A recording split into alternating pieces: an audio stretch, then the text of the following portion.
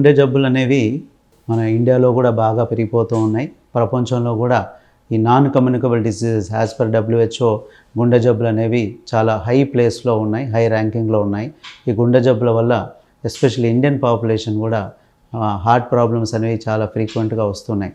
అందులో ముఖ్యంగా young generation especially 30sలో 40sలో కొంతమంది 20sలో కూడా హార్ట్ ప్రాబ్లమ్స్ వస్తున్నాయి. అది వింటూనే ఉన్నాం. సో ఈ హార్ట్ డిసీజ్ అనేది బేసికల్గా మనకు రాకుండా, మనం మందులు వాడకుండా హార్ట్ డిసీజ్ ప్రాబ్లమ్ని హార్ట్ ప్రాబ్లమ్స్ రాకుండా ఏమైనా మనకు టిప్స్ లాంటివి కానీ లేకపోతే ఏమైనా జాగ్రత్తలు తీసుకోవడం కానీ, ఎటువంటి జాగ్రత్తలు తీసుకుంటే బాగుంటుంది అనేది మనం ఇప్పుడు మాట్లాడుకుందాం. సో ముఖ్యంగా హార్ట్ పరంగా హార్ట్ అటాక్స్ కానివ్వండి, హార్ట్ పరంగా జబ్బులు కానీ రావడానికి ముఖ్యంగా మనం కారణాలు చూసుకోవడం అనేది అవసరం.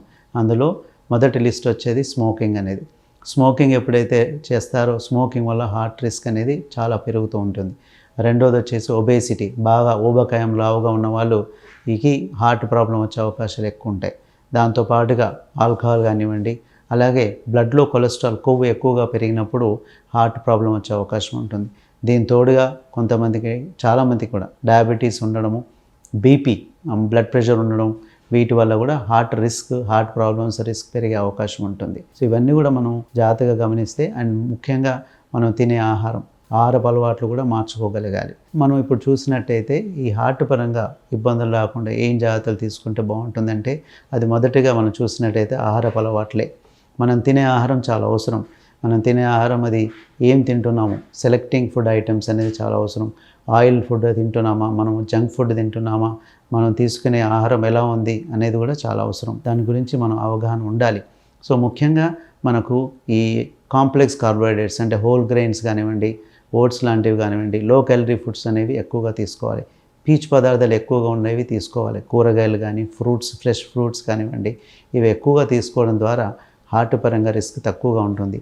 ఆయిల్ ఫుడ్ కానీ, ఫ్రై ఐటమ్స్ కానీ, లేకపోతే ఆయిల్గా ఉండే ఎక్కువ నాన్ వెజిటేరియన్ కానివ్వండి, ఇవి ఎక్కువ తీసుకోవడం వల్ల, జంక్ ఫుడ్ కానివ్వండి, అందులో ఎక్కువ క్యాలరీస్, ఎక్కువ ఫ్యాట్ ఉండడం వల్ల అది హార్ట్లో ఈ వెజల్స్లో ఫ్యాట్ చేరుకొని పోయి మనకు హార్ట్ రిస్క్ వచ్చే అవకాశం ఉంటుంది. బాగా వేయించినవి కూడా ట్రాన్స్ ఫ్యాటీ యాసిడ్స్ అంటాం. Saturated fatty acids, trans fatty acids, ఇవన్నీ మనకు ఫుడ్లో ఉండేవి ఏవైతే ఉంటాయో ఈ ఫ్రై ఐటమ్స్లో, ఇవన్నీ కూడా వాటి ద్వారానే హార్ట్లో ఈ బ్లాక్స్ వచ్చే అవకాశం, కొలెస్ట్రాల్ పెరిగే అవకాశం ఉంటుంది. అందుకని మనం తీసుకునే ఆహారాన్ని జాగ్రత్తగా గమనించాలి. మీకు చెప్పినట్టుగా ఎక్కువగా ఫైబరు, ఎక్కువగా fruits, high fibre food, fruits ఎక్కువ ఉండేవి, లో క్యాలరీ ఫుడ్స్ అనేవి ఎక్కువగా తీసుకోవాలి.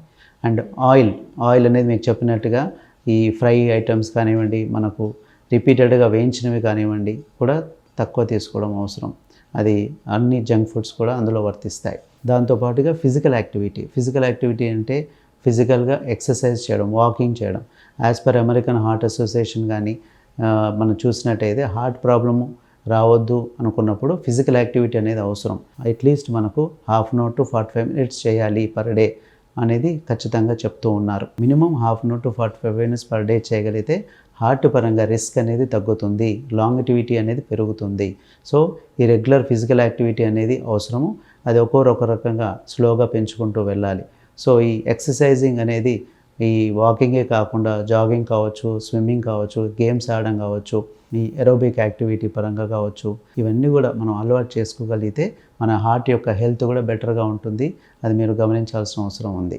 దాని తోడుగా మనకి ఎక్సర్సైజ్ అనేది చాలా అవసరం. అండ్ ఈ హార్ట్ బెటర్గా పర్ఫామ్ చేయడానికి, హార్ట్ పరంగా హెల్తీగా ఉండడానికి ఈ వాకింగ్ కానివ్వండి, ఇటువంటి ఎక్సర్సైజెస్ కానీ, గేమ్స్ కానివ్వండి, ఇవన్నీ హెల్ప్ఫుల్గా ఉంటాయి. ఇది కూడా మనకు చాలా ఇంపార్టెంట్. మూడోది వచ్చేసి, ఒకవేళ వెయిట్ ఉన్నట్టయితే, ఒబేసిటీ ఉన్న వాళ్ళకి వెయిట్ కంపల్సరీగా తగ్గాలి. బరువు తగ్గడం అనేది కూడా హార్ట్ యొక్క రిస్క్ని తగ్గిస్తూ ఉంటుంది. దానికి మనము చెప్పినట్టుగా ఫుడ్ హ్యాబిట్స్ కానీ, ఫిజికల్ యాక్టివిటీ కానీ, అవసరమైతే ఏమైనా మెడిసిన్ వాడడం కానీ చేయాలి. ఇన్ జనరల్గా డైట్, ఎక్సర్సైజ్తో సరిపోతుంది.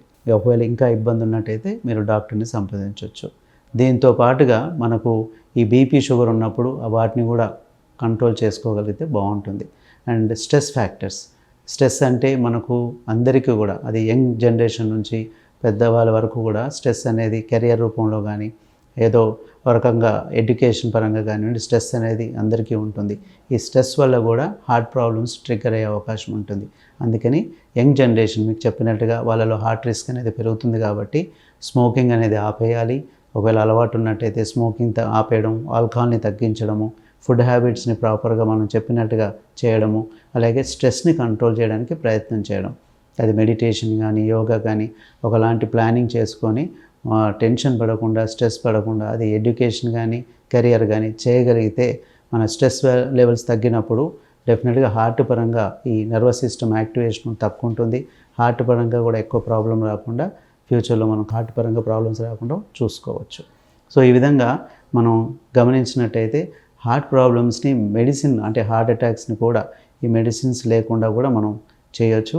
అండ్ ఈ విధంగా మనం చర్యలు తీసుకున్నట్టయితే ముఖ్యంగా మీకు చెప్పినట్టుగా మనం తినే ఆహారంలో అలవాట్లు, రెండోది ఫిజికల్ యాక్టివిటీ, మూడోది స్ట్రెస్ తగ్గించుకోవడము, నాలుగోది ఒకవేళ వెయిట్ ఉన్నట్టయితే వెయిట్ కంట్రోల్ చేసుకునే ప్రయత్నం చేయడము, ఇవన్నీ అండ్ స్మోకింగ్ హ్యాబిట్స్, స్మోకింగ్ ఉంటే ఆపేయడము, ఆల్కహాల్ ఉంటే తగ్గించుకోవడము, ఇటువంటి మెజర్స్ ద్వారా మెడిసిన్స్ లేకుండానే హార్ట్ ప్రాబ్లమ్స్, హార్ట్ అటాక్స్ రాకుండా చాలా వరకు మనం ప్రయత్నం చేయొచ్చు.